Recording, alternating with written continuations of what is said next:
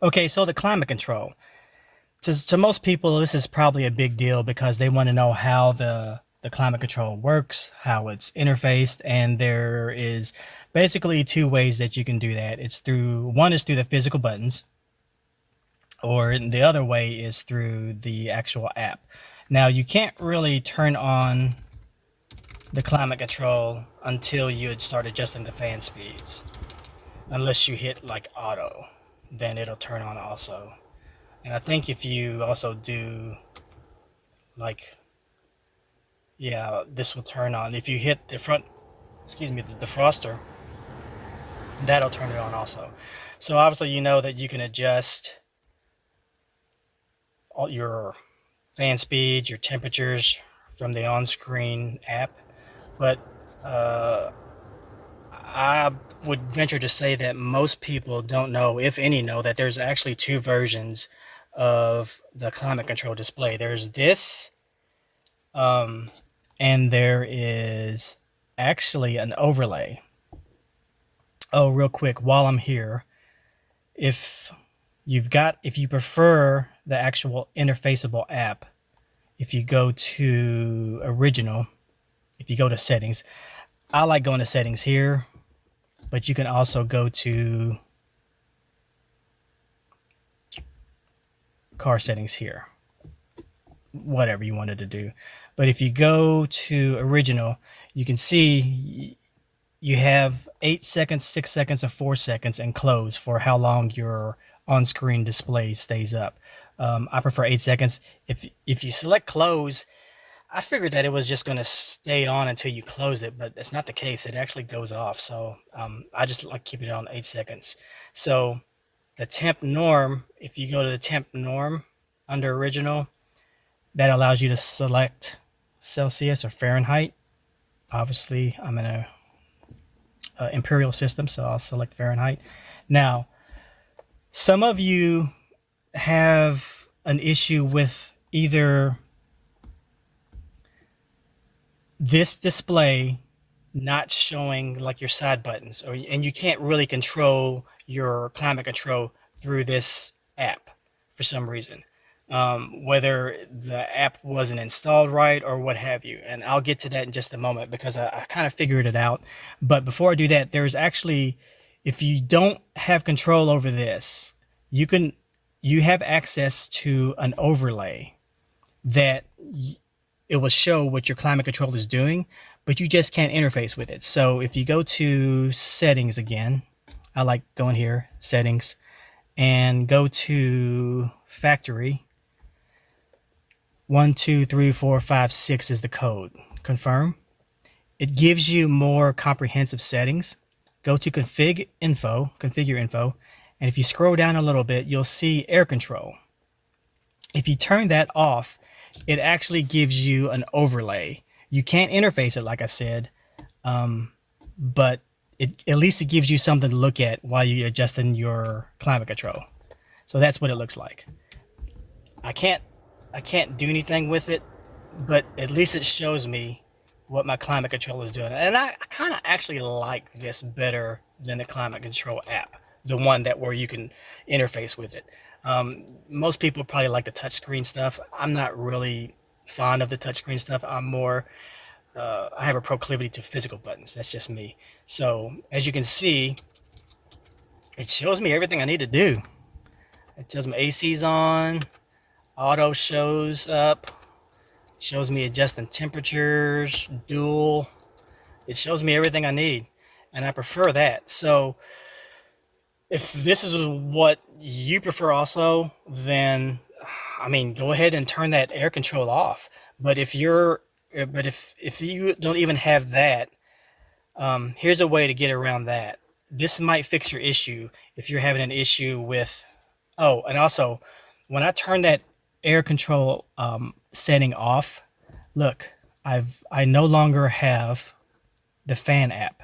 Remember how they're like a little blue fan, a circle or a square with a circle fan in the middle of it? It's not there anymore.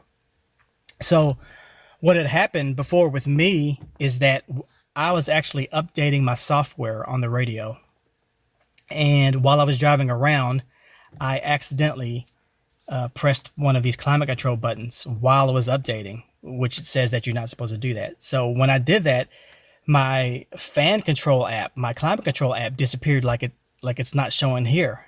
And so for about, I guess, 6 months, I was basically running everything blindly, and I was adjusting the climate control without even knowing what was on screen, because what happened is that, here, I'll show you. Let me go back to settings. So here's what it looked like. So you saw what happens when I turn that climate control or that air control app, the air control setting off. So if I turn it back on, config info, air control. As you can see, the air conditioner's back. But here's what it looked like. Remember all those buttons that were down the side? I can't interface that at all. So some of you may have this issue, and I'll show you how to fix this. So what you have to do, even if I do this, so when I turn this on, you hear my fans running, but nothing shows up. So that's what I had to deal with. So I was basically going blind with trying to adjust the settings or adjust my climate control. So what you have to do to fix that, or even if you don't have the app, you will have to go to, let me start over, settings, more, apps and notifications. See all 42 apps. You want to see all your apps. Go to air condition and advanced. See how it says modify system settings? It says not allowed. It's not allowing the app to modify the system settings. So you actually have to turn that on. So you may have to restart, but try clearing memory first. There's a clear memory feature. Or you might have to restart the car. And so look, see, everything is back again. Okay, onto the issue of sound. Sound is absolutely a big deal. I agree. And most of you who are watching this video, you're basically concerned about how it's going to sound. And I don't have the Mark Levinson system, but I must admit that this Lexus right here is probably one of the best sounding factory systems I won't say I've ever heard, but that I can recall ever hearing. I don't remember ever hearing another factory radio that sounded as good as this radio. And I don't know what they did. I don't know what Lexus or Toyota did with this radio, to this entire system, but it just sounds great. And most of you probably know what I'm talking about, even if you don't have the Mark Levinson system. So you're probably wondering if this radio is going to affect how well that sounds. And let me tell you that it is not affected at all. For one, it sounds good just out of the box. But if you wanted to adjust it more, there's actually a digital sound processor, DSP, right there, and that's what it looks like. And there's a couple ways. There's like 3 ways. They have redundancies on how to get to this app. You can go to the actual app, the DSP app. Obviously, you can swipe down. You can select EQ. As you can see, it's still the same. Or if you're in music, here it is right there. See the little EQ, that right there. So here you have your EQ. You've got your different settings. You know how you have those default settings, normal, jazz, pop. You see that everywhere, even on tablets. This is no different. You've got your EQ here. Let me turn the radio down. And you've got 20 hertz. You start at 20 hertz. And just for those that don't know, 80 hertz is pretty much the lowest you can go, roundabout, for most people to even be able to hear. You really can't hear anything below 80 hertz. And if you go towards the center, as you can see, this little line here, it's like got 3 little lines right underneath the frequencies. And that shows you which side of the EQ you're on. So these are going to be your lows right here, from like 20 to like 300 hertz. It's going to be your lows, and it's just going to continue to go up the scale, like your low frequency, and you can go all the way to your high frequency, and it goes all the way up to 18 kilohertz, which is pretty high. So all these are going to be like your cymbals, your highs, your just anything that's going to be like a crisp high, and the center portion is going to be your vocals. If you want to boost up your vocals, here's the section that you do that on. So you've also got your surround sound. I've got it in full car mode. I think I need something playing. I do.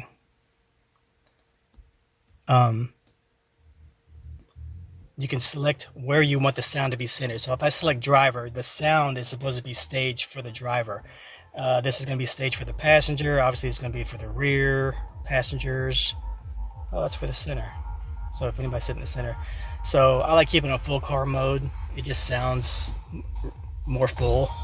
And the setting here, I wouldn't mess with that. I've never messed with that. I don't think it makes any difference in sound, in my opinion.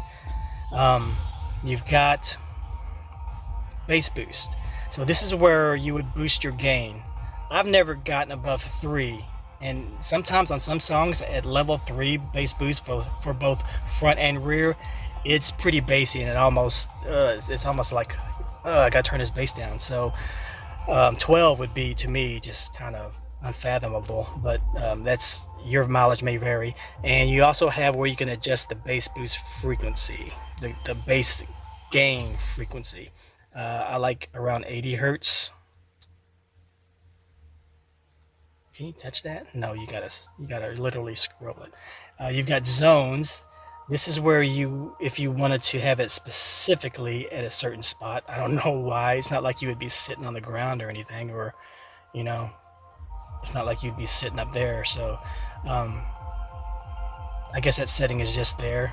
And these are gains for sub frequencies. I guess if you have an aftermarket amp and sub, might be where this setting would come in, as well as the bass filter, where you would actually filter out bass if you have amps connected to all your speakers.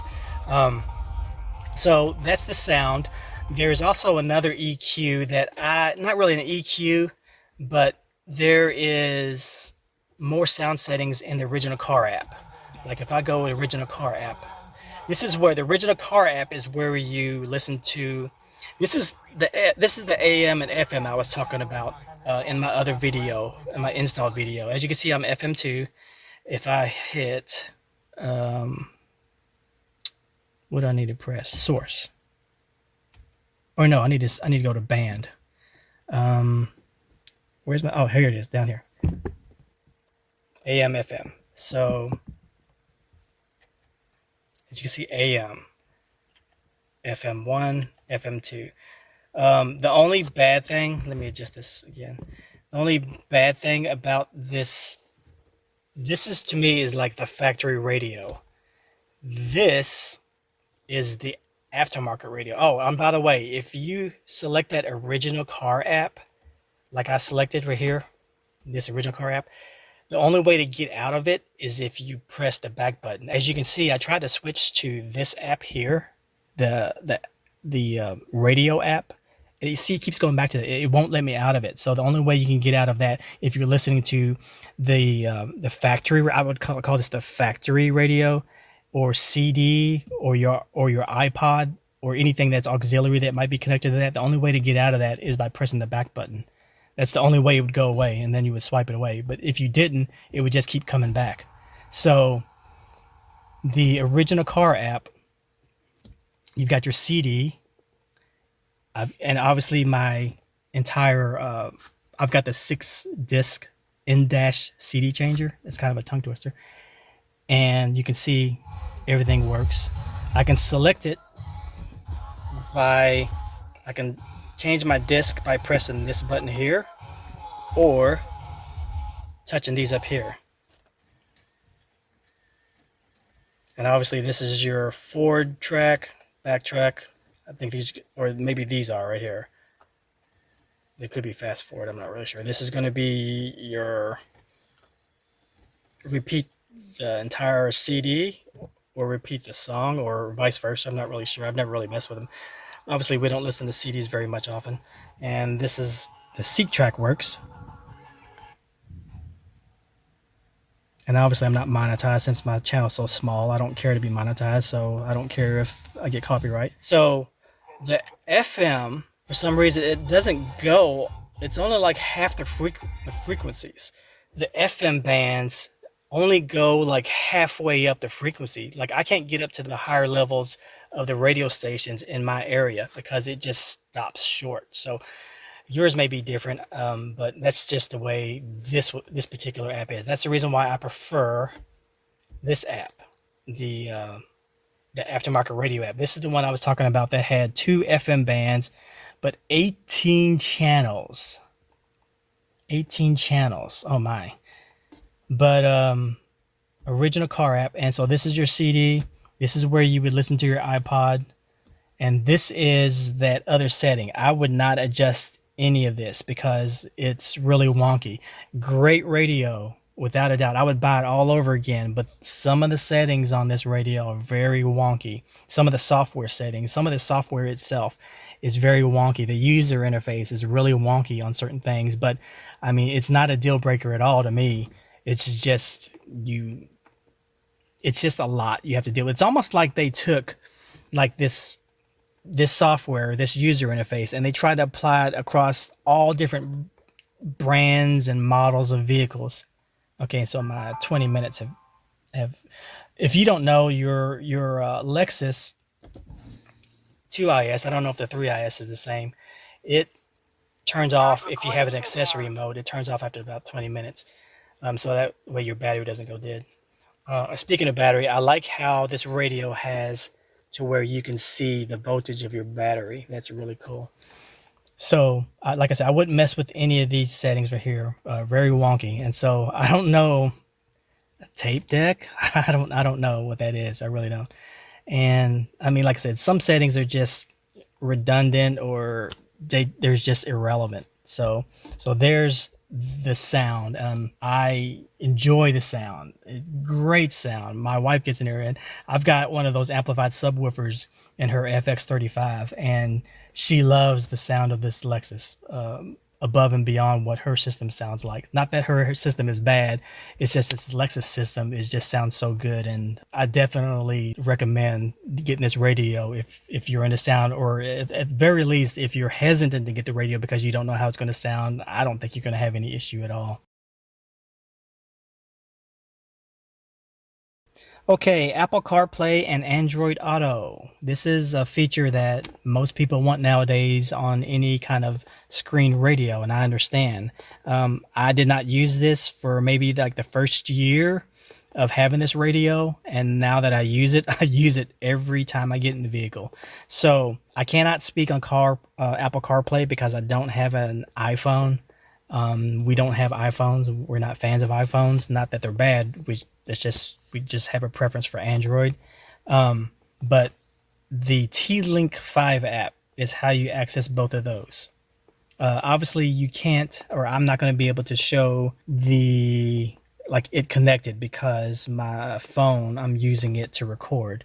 So the thing is that you have to remember, here's a couple things you have to remember. Some people I've seen in comments, they haven't been able to get it to work. And I think the reason why for you all is because you need 3 things for at least Android Auto. I can't speak for Apple CarPlay, but for Android Auto to work, you need 3 things on your phone turned on. Well, 2 things for sure, but if you wanted to use Google Maps, you need 3 things. So you need Wi-Fi on, and you need Bluetooth turned on. So you need Wi-Fi and Bluetooth turned on. And then if you want to use Google Maps, you have to have your location turned on. So if you turn location off, you won't be able to access, or Android Auto won't be able to properly display your Google Maps. So your settings, there is, let me see, default connection. Okay, so here's the main setting right here. Background connection is on. Floating navigation, I wouldn't mess with any of those. So your default connection right here, it shows link mode, mirror mode first, or last mode. If you want your phone, provided that you have Wi-Fi turned on still when you get in your car and Bluetooth turned on when you get in your car, turn on select link mode first. That would allow your radio to automatically connect to your phone, and it's pretty quickly, and it happens pretty quickly. If you do mirror mode first, it tries to mirror your phone, and it doesn't connect automatically. You have to actually go manually into the phone and turn on like the Android Auto. It's kind of weird. I couldn't get this to work very well. The mirror mode, I couldn't get it to work consistently. It was very sporadic. And I guess last mode is, selecting the last mode that you use. I don't know what that's all about, but link mode first. So say my car was turned off and I started vroom vroom. This will automatically pop up as you see, and then you will see that it will see you'll see pair success. If your Bluetooth is turned on, you'll see pair success, and then you'll see like a little green circle arrow thing rotating, and it's going to connect to your phone. If you don't have your radio connect to your Android Auto, just select that. Just select this button, and then it'll work. Usually not this, but this right here. So this is what you need. This is the screen that you need to have it on right there in order for your phone to connect to your radio. But yeah, Android Auto works great on here. I use it every time I get in the car and go. The interface itself, obviously I can't show you here because I'm recording on my phone that I use to connect to my car radio. The interface is kind of laggy. Well, at least as laggier than this. Like this is like really quick, and I have the 4 GB model, and like this is like really quick. I mean, it's just like any other tablet that I have at home. But Android Auto, great feature, works great on here, and I use it wirelessly. I don't connect anything through the USB. Okay, Bluetooth is mostly straightforward. I have it, and you can adjust. This is my theme here. There are several different themes. I guess I should get that. I'll save that for software. But I've got Bluetooth here. Now, these are my 3 devices that we have hooked up to the Bluetooth. It's my wife's, mine, and my son's.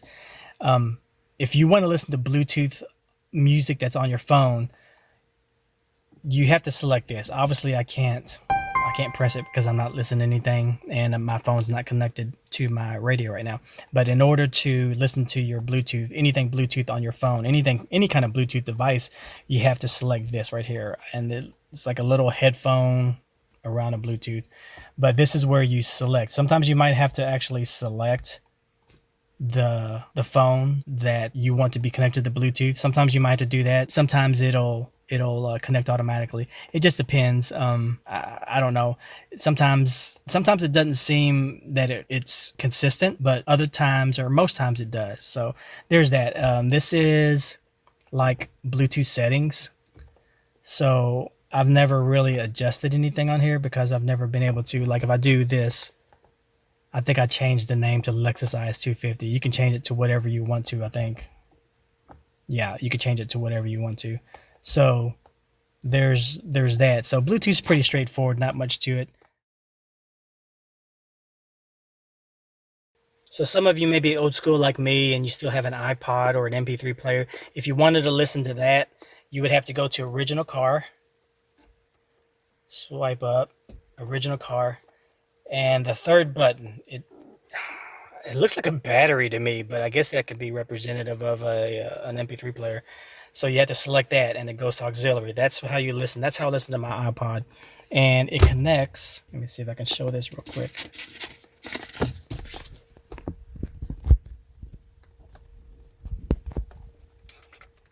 Via a 3.5 millimeter headphone jack.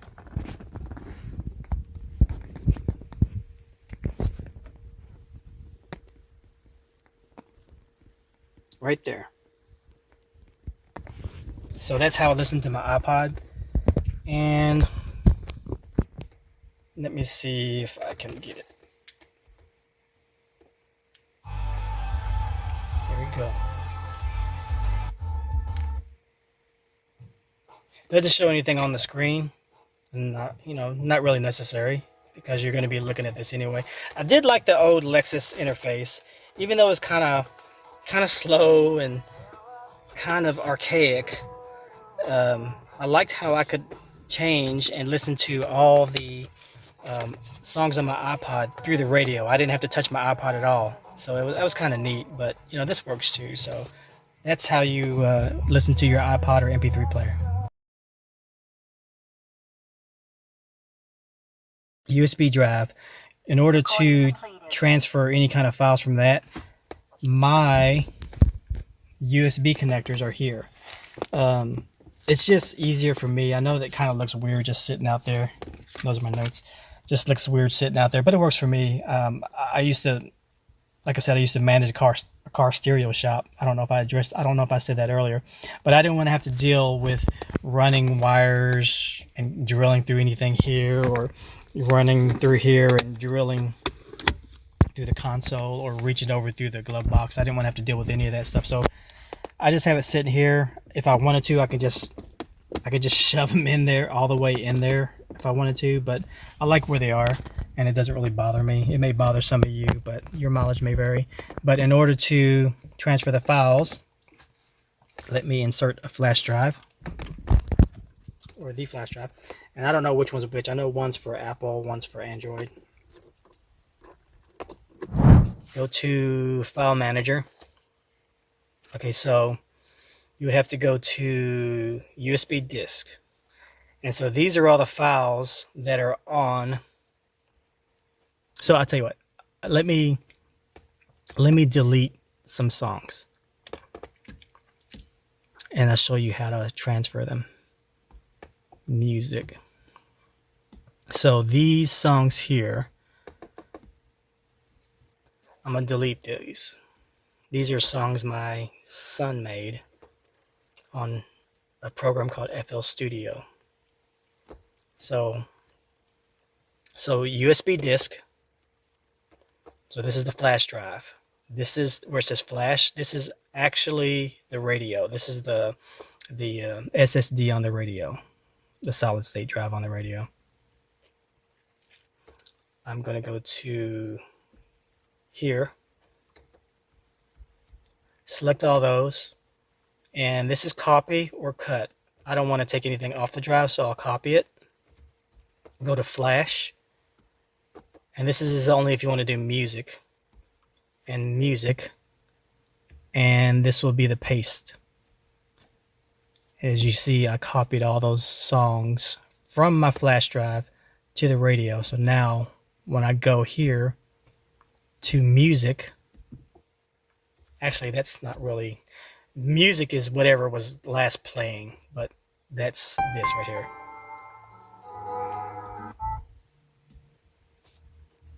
So those are all the songs that I just transferred from my flash drive to the radio. So that's how you transfer files. And so you can probably do the same thing with music, or not music, with videos, because I see these MP4 files. Actually, let me do that. Let me just see what happens.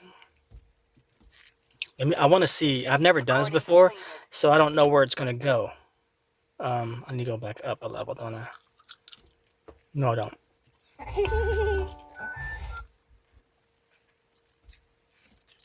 So I have to select the checkbox, copy, and where do I want to put it?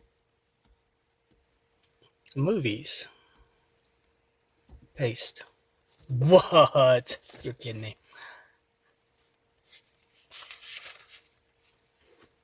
All right, let me remove this drive real quick.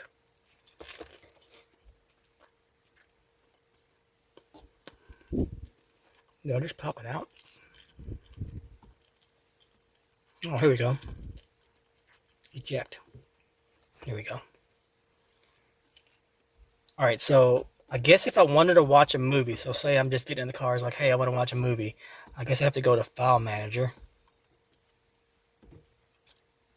Go down to Movies.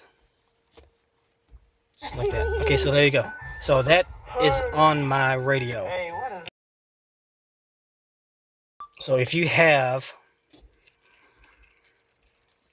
I got 32 gigs of storage.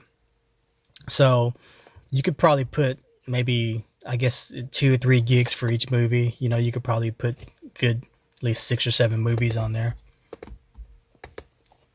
So that's how you transfer files.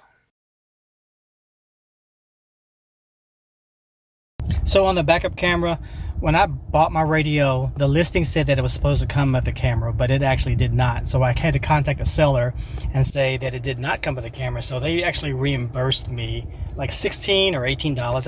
I can't remember what it was, but I spent a little more money on Amazon. Sorry, I can't provide the link for the camera because it's no longer for sale, but I spent a little more money, maybe like $10 or $15 possibly. Between $10 and $15 more for the backup camera, and mine is wider. See how you can see deep into the corners, and like even before I get out of my driveway, even before I get out of my garage, I can literally see my neighbor's car in his driveway, and I can see my neighbor's driveway to the left of me as well. So I'm not even out of the driveway. So this really works.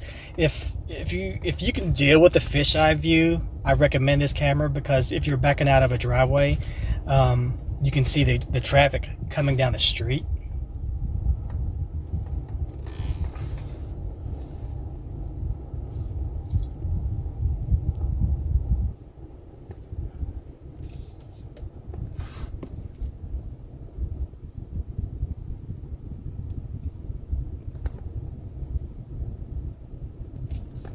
See that? I can literally see, gosh, maybe 5 or 6 houses down the street, and I can see like this little lawnmower coming down the street or something.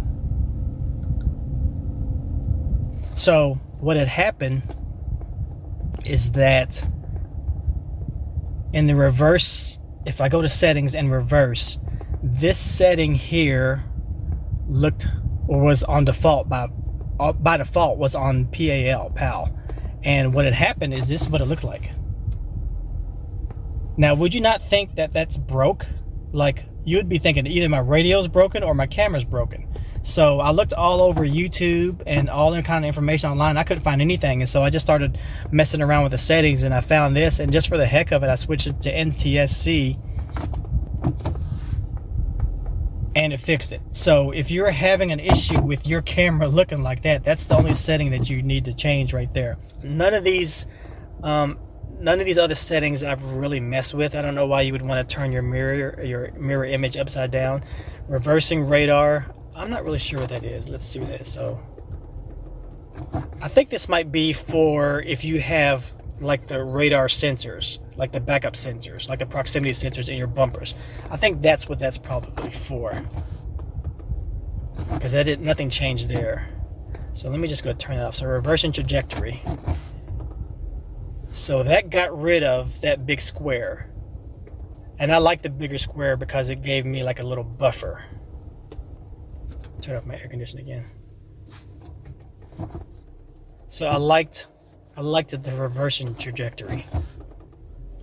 See, it gives me that square. So it gives me like a little buffer. So I like that. And reversing line ruler, what does that do? Whoa. No, I don't like that.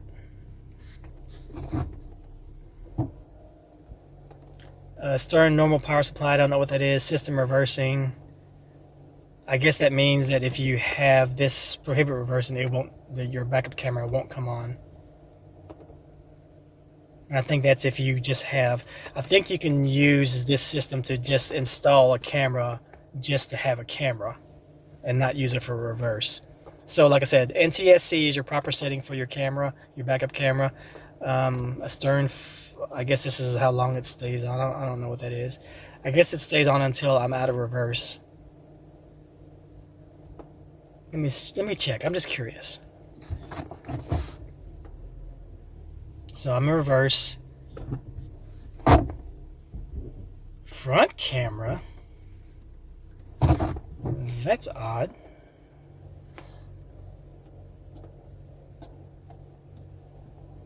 Huh. Okay, so I guess if you had a front camera system, or you installed a front camera, this is what would be popping up. So that stayed on for 20 seconds.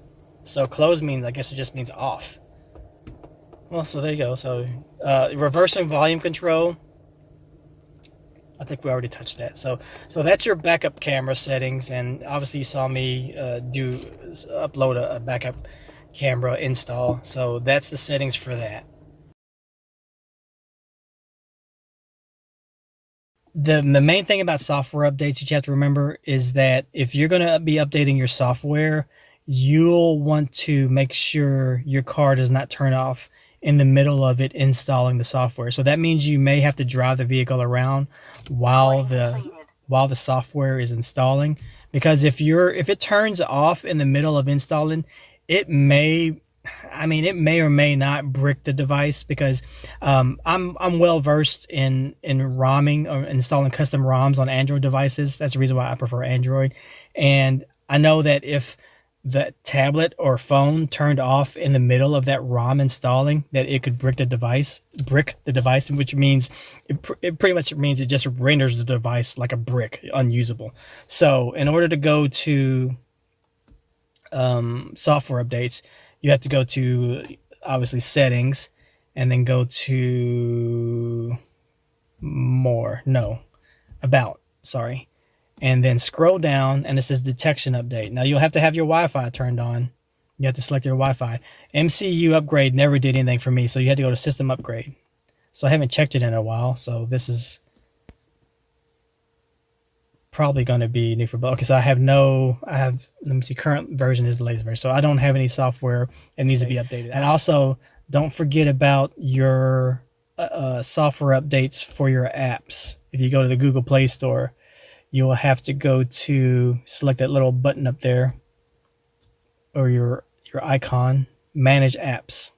So see, I've got like 8 apps to update, so don't forget that. Oh, and also, for some reason, this radio came with an app that Google Play Store did not like. So you see this thing called Car Choose. This app tries to bypass Android security protections. And I hide it, and it still keeps popping up, so it doesn't really do anything. So Google did not like, the Play Store did not like that app for some reason, so it just kind of nixed it, or quarantined it. So just hit update, and there you go. And don't forget about your Play Store update. You have to go to your little email there, your account there, and select settings. Scroll all the way down the bottom, about, update Play Store. So to wrap up, just be sure to upgrade your software, your apps, your software on your radio, just to make sure there are no bugs. Make sure you got the latest security protections. Like I said, again, don't install anything that's sensitive on here, like banks, mortgage stuff, PayPal, anything that has to do with money. Even emails, I wouldn't even trust my emails on here, because remember, this is a Chinese-made Android radio. You just never know. You just don't know what's on here. I went through a lot of the settings and a lot of stuff. I just did not know what it was, and I'm thinking, what in the world is installed on this radio? So don't put anything sensitive on here, like bank apps or anything like that, especially making your car payments, making your house payments, anything like that. Your alarms, anything Wi-Fi, like your cameras or anything like that. Don't put any of that stuff on here. So other than that, if you have any questions, just leave a question down in the comments, and I'll try to see if I can address the issue. If not, then hopefully this video can help any of your issues. And take care.